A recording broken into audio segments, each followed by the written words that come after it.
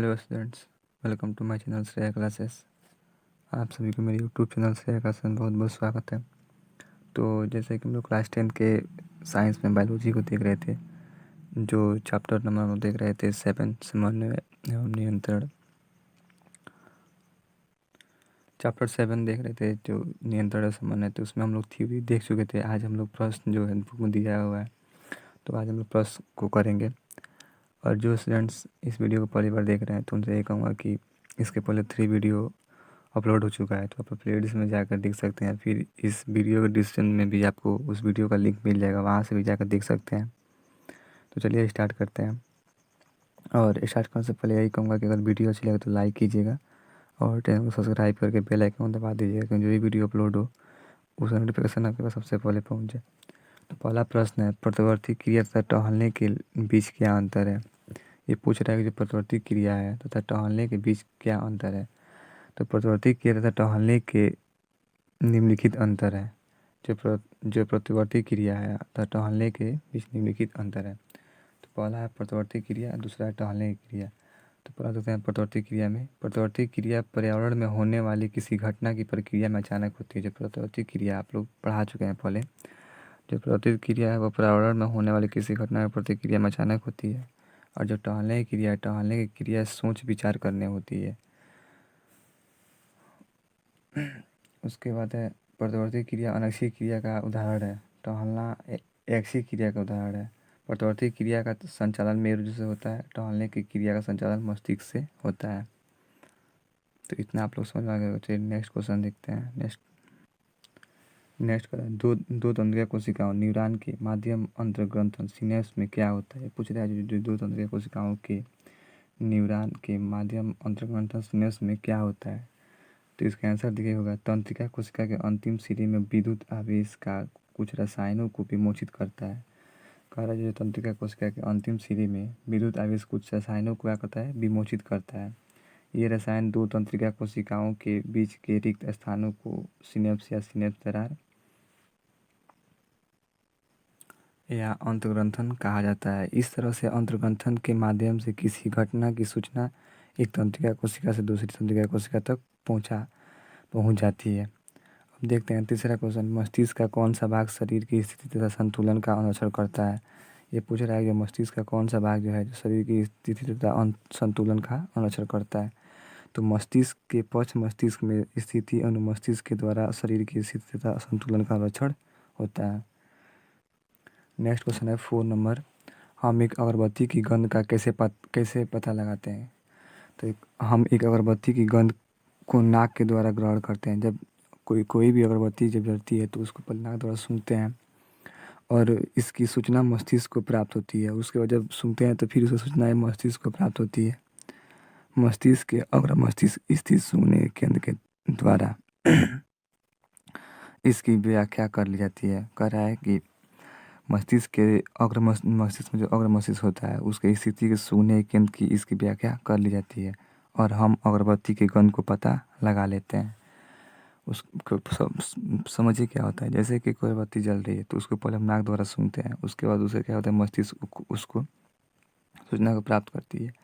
मस्तिष्क में जो अग्र मस्तिष्क होता है वह सूंघने का केंद्र होता है।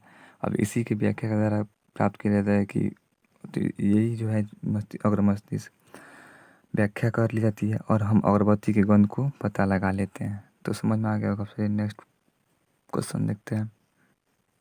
नेक्स्ट प्रश्न कर रहा है 5 नंबर, प्रतिवर्ती क्रिया में मस्तिष्क की क्या भूमिका है। ये पूछा जो प्रतिवर्ती क्रिया है उसमें मस्तिष्क की क्या भूमिका है। तो आंसर देखते हैं, प्रतिवर्ती क्रिया का संचालन मेरुज्जु द्वारा होता है। जो प्रतिवर्ती क्रिया होती है उसका संचालन मेरुज्जु द्वारा होता है तथा बाद में इस घटना की सूचना मस्तिष्क को दी जाती है।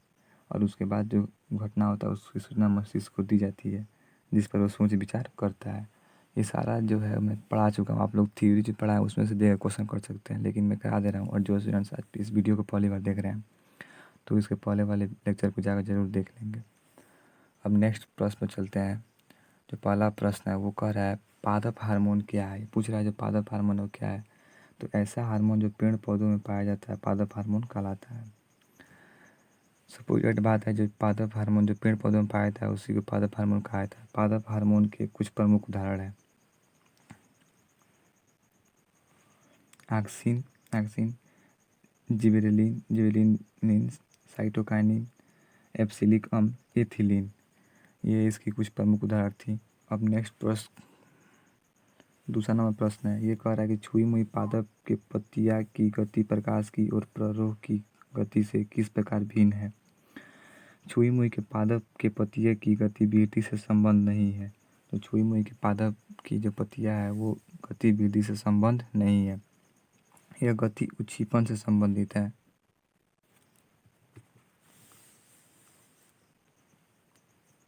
ये जो गति है वो उच्छिपन से संबंधित है, जिसमें कुछ समय के बाद पौधों की पत्तियां पुनः पहली सामने आ जाती है, जबकि प्रकाश की और प्ररोह की गति भी वृद्धि से संबंधित है, जिसे प्रकाश अनुवर्तन कहा जाता है।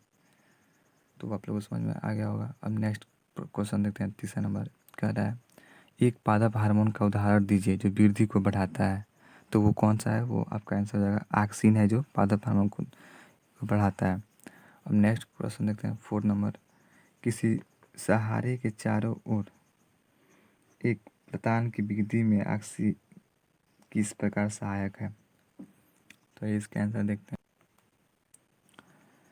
जब कोई लतेदार पौधा किसी सहारे के साथ ऊपर की ओर वृद्धि करता है तो पौधे का वह भाग जो सहारे के संपर्क में आता है वहाँ से ऑक्सीन अलग हो जाता है, जिसके कारण पौधे का पूर्ण विकास नहीं हो पाता है और एक निर्माण होता है। यह प्रतान किसी सहारे को मजबूती से जकड़ लेता है, जिसके कारण पौधे ऊपर की तरफ आसानी से वृद्धि करते हैं।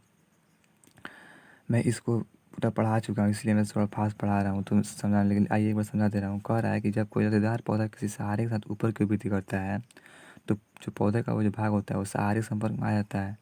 अब वहाँ से वो ऑक्सीजन को अलग हो जाता है, जिसके कारण पौधे का जो पूर्ण विकास नहीं हो पाता है और एक निर्माण होता है। यह प्रतान किसी सहारे को मजबूती से जकड़ लेता है, जिसके कारण जो पौधे के ऊपर की तरफ ऑक्सीजन वृद्धि होने लगती है। उसके उसके बाद जो पौधा होता है वो जो ऊपर, जिसके कारण पौधे ऊपर की तरफ आसानी से वृद्धि करने लगता है। अब नेक्स्ट प्रश्न है 5 नंबर कह रहा है जलानुवर्तन दर्शाने के लिए एक प्रयोग की अभिकल्पना कीजिए। कह रहा है जो जलानुवर्तन होता है उसको दर्शाने के लिए एक प्रयोग की अभिकल्पना कीजिए। तो आइए इसका आंसर देखते हैं। जलानुवर्तन दर्शाने के लिए हम गमले में मटर के एक पौधे को लेते हैं। जलानुवर्तन दर्शाने के लिए हम मतलब एक गमला ले लिए, उसमें एक मटर के पौधे को लेते हैं। इसकी जड़ से थोड़ी दूरी पर नियमित रूप से जल डालते हैं। अब जो इसका जड़ है उसके थोड़ी सी दूर से इसको उसमें हम जल डालते हैं। कुछ दिनों के बाद जब हम पौधे को उखाड़ते हैं तब हम यह देखते हैं कि पौधे की जड़ों में उसी तरह वृद्धि हुई है जिस तरह उसे जल स्रोत प्राप्त हुआ है। कहने का अर्थ यह है कि पहले हम लोग एक गमले लेते हैं, गमले में मटर के पौधे को डाल लेते हैं। इसकी जड़ से थोड़ी देर, मान के चलिए यहाँ पे जड़ है तो हम लोग यहाँ पे इसे जल डालते हैं।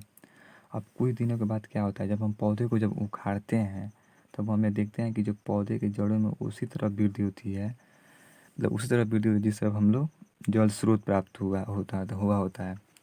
इस तरह से इस प्रयोग के द्वारा हम पौधे की जड़ों में होने वाले जलावर्तन को दर्शाते हैं। तो इस तरह से हम लोग पौधे के जड़ों में होने वाले जलावर्तन को दर्शाते हैं। अब आइए नेक्स्ट प्रश्न है को देखते हैं।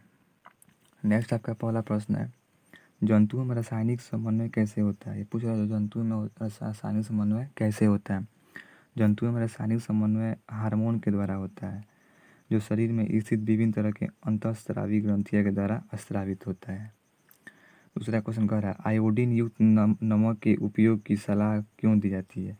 ये कह रहा है कि जो आयोडीन युक्त नमक होती है के उपयोग की सलाह क्यों दी जाती है। तो ये इसका आंसर देखते हैं। थायरॉक्सिन एक ऐसा हार्मोन है, कह रहा है कि थायरॉक्सिन एक ऐसा हार्मोन है जो अवॉट ग्रंथि के द्वारा स्रावित होता है। अवॉट ग्रंथि को थायरॉक्सिन है बनाने के लिए आयोडीन की आवश्यकता होती है। थायरॉक्सिन न कार्बन डाइऑक्साइड तथा प्रोटीन उपापचय का हमारे शरीर में नियंत्रित करता है। थायरॉक्सिन को संश्लेषण के लिए आयोडीन आवश्यक है।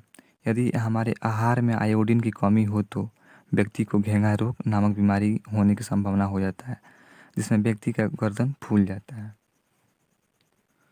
अब नेक्स्ट प्रश्न देखते हैं।